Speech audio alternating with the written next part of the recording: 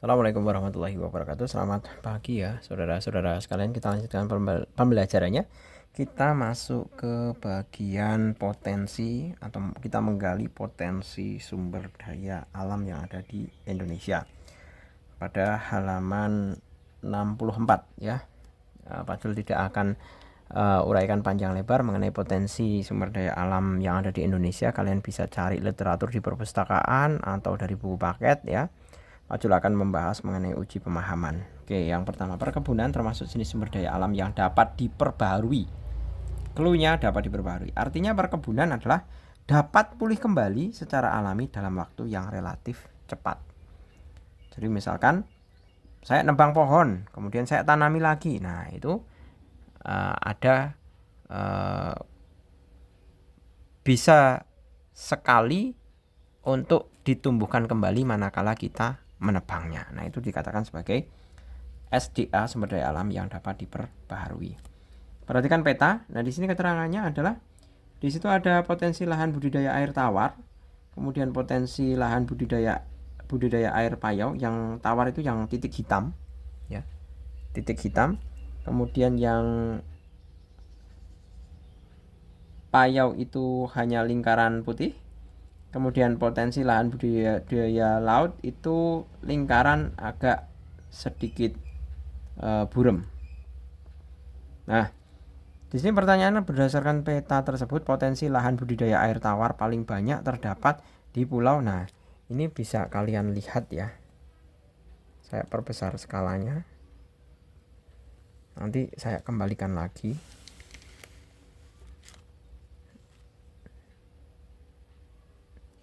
Nah, di situ kita bisa hitung bahwa posisi titik hitam, lingkaran hitam yang terbanyak itu ada di Pulau Jawa. Ada di Pulau Jawa. Pulau Jawa itu ada 6. Sedangkan di Pulau Sumatera itu 1, 2, 3, 4, 5. Cuman 5. Jadi potensi budidaya air tawar yang paling banyak itu terdapat di Pulau Jawa. Seperti itu. Nah, ini pengeboran minyak ya. Ini pengeboran minyak yang pakai cara lama ini. Saya kembalikan dulu.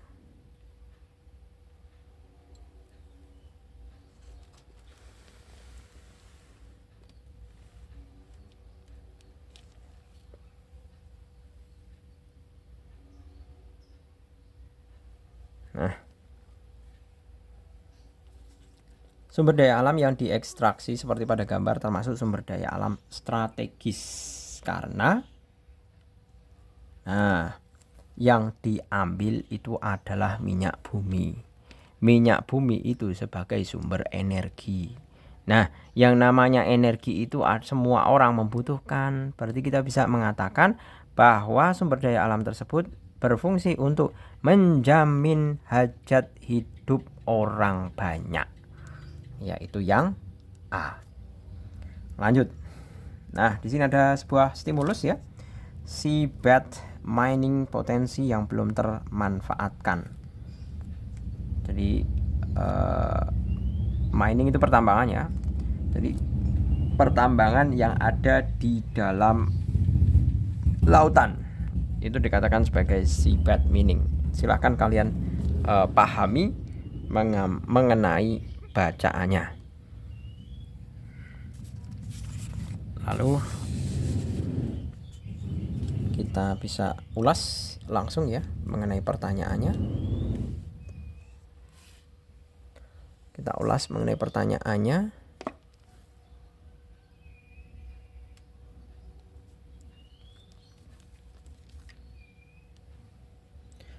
Berdasarkan stimulus, bagaimana potensi minyak dan gas bumi serta mineral di Indonesia?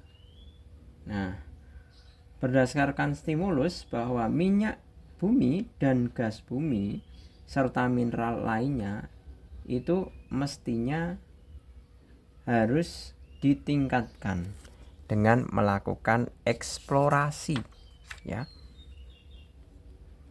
Nah, di sini dikatakan masih memiliki cadangan pertambangan yang sangat besar dan tersimpan di lautan.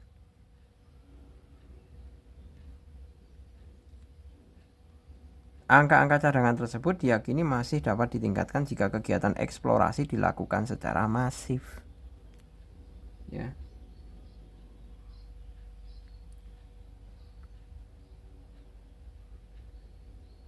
Sebentar.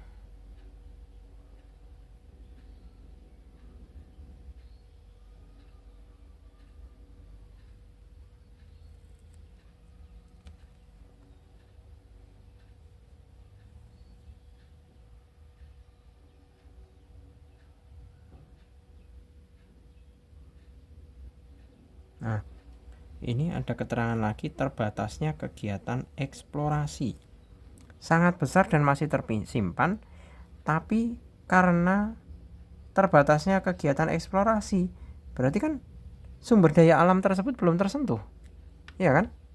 Nah, berarti potensinya besar, luas. Ya. Potensinya besar, luas, namun belum tersentuh.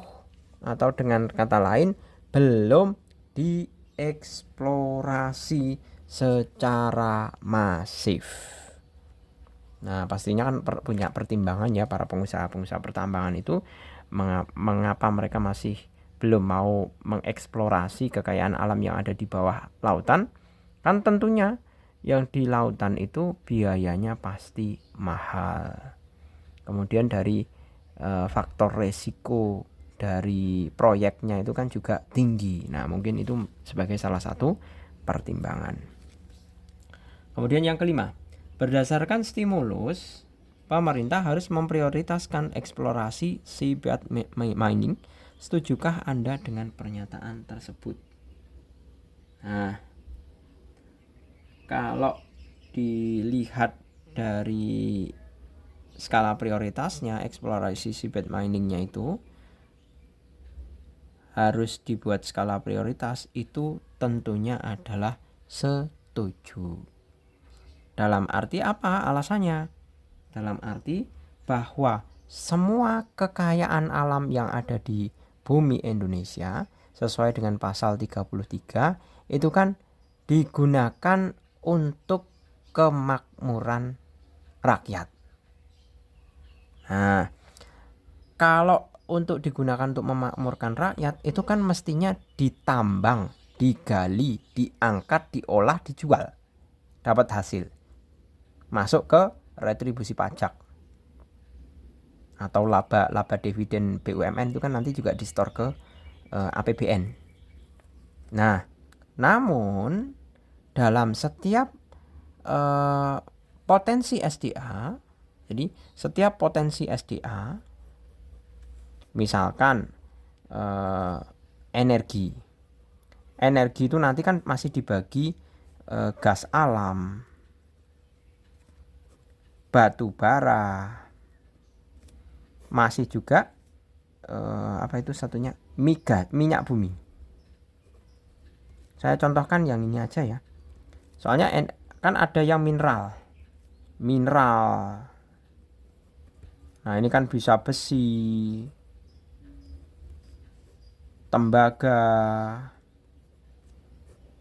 emas, bauksit atau nikel, dan lain-lain. Nah, semua ini itu kan butuh yang namanya investasi, bukan hanya sebatas yuk nambang. Semuanya kan butuh investasi. Butuh investasi. 2, disesuaikan dengan kebutuhan,